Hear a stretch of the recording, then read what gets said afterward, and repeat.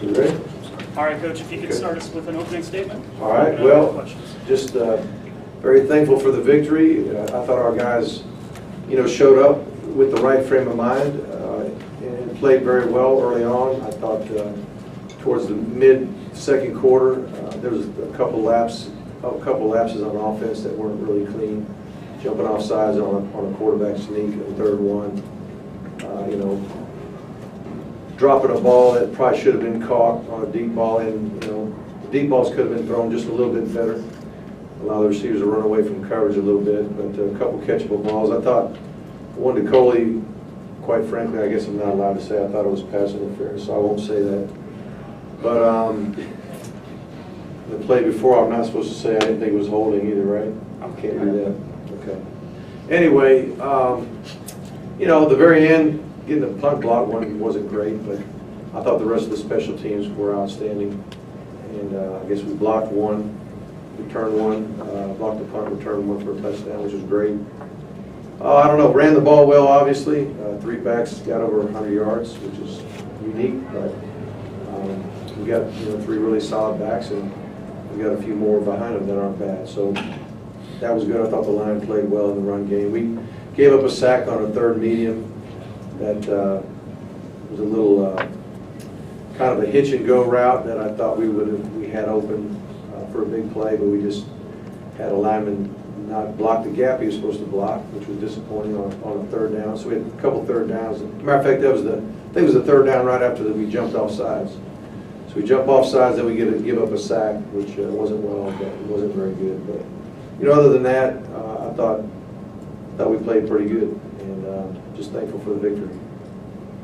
Coach, can you take us through kind of your emotions of the day? I mean, yeah. I know it's a well, just the focus. I've had the ability to just kind of focus on the things I can control, and that's the types of plays that we're going to call, the formations they're supposed to be in, calling a game for the first time in a while. That's where all my thought process was. And I want to give props to Coach Diaz and Coach Hartley, because I've not spent much time at all getting in the middle of defense or getting in the middle of the special teams or the kicking game. So I can focus on the job I've got to do as a play caller. And so really my emotions, I don't get too emotional when I try to focus. My goal is to stay calm and try to make the best calls I possibly can for the team. And then I don't know, for whatever reason, there's times I'll get visibly mad or visibly happy, but this wasn't one of those games. It just didn't turn out to be that way. It's a pretty anticlimactic type thing, and we're just trying to get guys to play hard and execute the whole way through, and for the most part, I thought we did. You said you might appreciate the moment a little bit during the hurricane walk. Did you? Oh, that was good. I enjoyed that. Just being with the people and seeing the fan base and the families, and just driving in and seeing the traffic. There was traffic. That was great. There was a lot of people tailgating just throughout the entire parking lot, and more than I can ever remember as a player. Really, I'm sure it was as good or better in certain games and certain days, but. I thought our fans did a great job. Seeing all the students up in the stands early was great as well. I really appreciate what the students did, and obviously the band of the hour, we love them too. So cheerleaders, everybody. On that same line with Tim's question, you said last week the night before you had the scrimmage, you couldn't sleep because you were really caught up. Right. How'd you sleep last night? I actually slept last night pretty good. For whatever reason, there was a calmness that started last night. And so I was able to sleep. I didn't go to bed till, probably just try to go to sleep till about midnight, but once I laid my head down, I slept pretty good. Coach, how did it feel to get back in the saddle? Sarah Jolly's calling somebody. Coach, how did it feel to get back in the saddle of play calling? How was that for you? Say it again. How did it feel to get back in the saddle of play calling? I enjoyed it. And anytime you don't score, you just get upset either with yourself from a call or lack of execution, something along the way. We probably practiced more things than we should have going into this plan, but we had, gosh, it was so long to get ready for the game. It's hard not to put all those ideas together, but my guess is we might have maybe called a half of what we repped. There was a few more things that I thought were going to give us a chance, but at the time, it wasn't time to throw certain pass routes once it got out of hand. Mark, could you assess Brad? And I mean, it seems like he might have missed a few things high early. Was a little adrenaline at first? Yeah, I don't know. He did miss one on a scramble. I think he probably could have hit for a touchdown.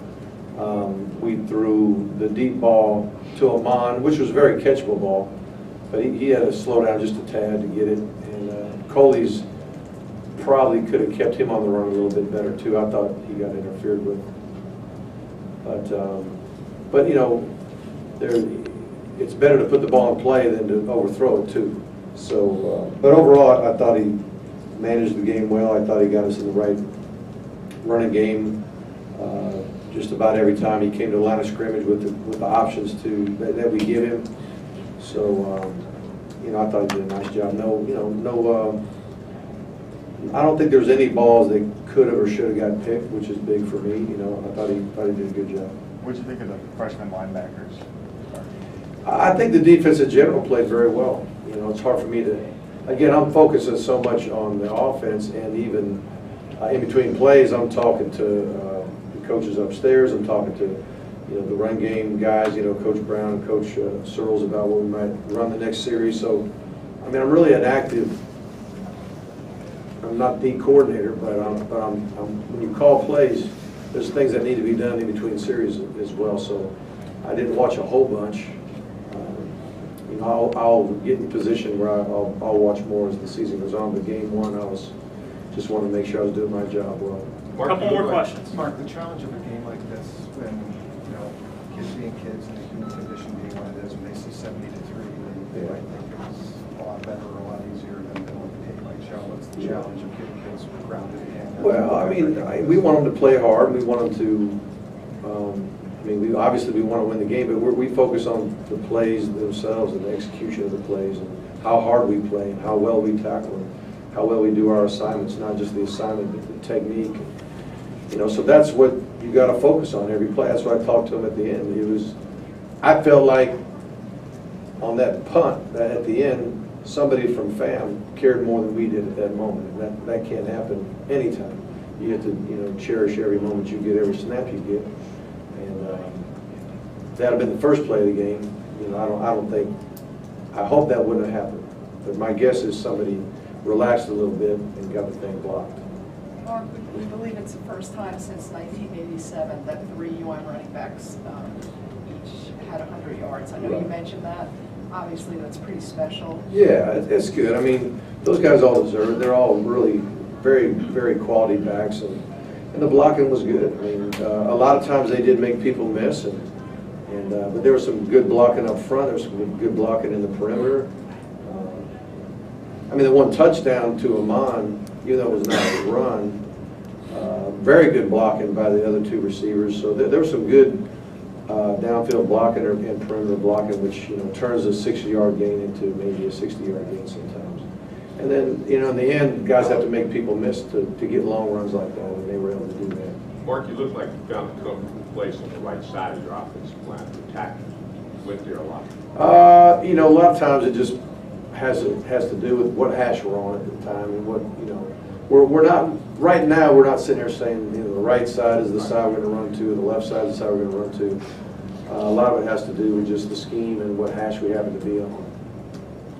If you wanted this team to be a fitter team, a more conditioned team, this isn't November where they're just got ground down 4 quarters. It's early in the season, but what would assess them from this? We were tired at times. Both teams were tired. It was hot. It was muggy. It wasn't super. I don't know how super hot it was. It was warm enough and muggy enough to make it tough. And so I thought there were times that we had guys fatigued, but they played through it. I know we're in good condition. I went through the entire camp, and the way we practiced, we had one IV the entire camp day 1. That was probably from nervous energy. And we might have had a guy or 2 come out. I don't know if there's a lot of cramping. I didn't see a lot of cramping, but there's a couple guys that probably came out for that reason. But overall, I think we're in good condition. But we got to we can't go backwards in that area, and it's too late now, so we'll keep practicing hard, and we'll keep practicing in the heat. We'll get better. Last question, guys. Did it feel any different? I mean, you've been at Georgia, you were at Georgia for so Right. long, you know, being here back at your school, was there any kind of, or no? I'll just say this, I really, really like it here. I do. I mean, I like these players. I like this university. I like the vibe of the city. I'm very thankful to be here at the. All right, thank you. Thanks, guys. Thanks. Good job.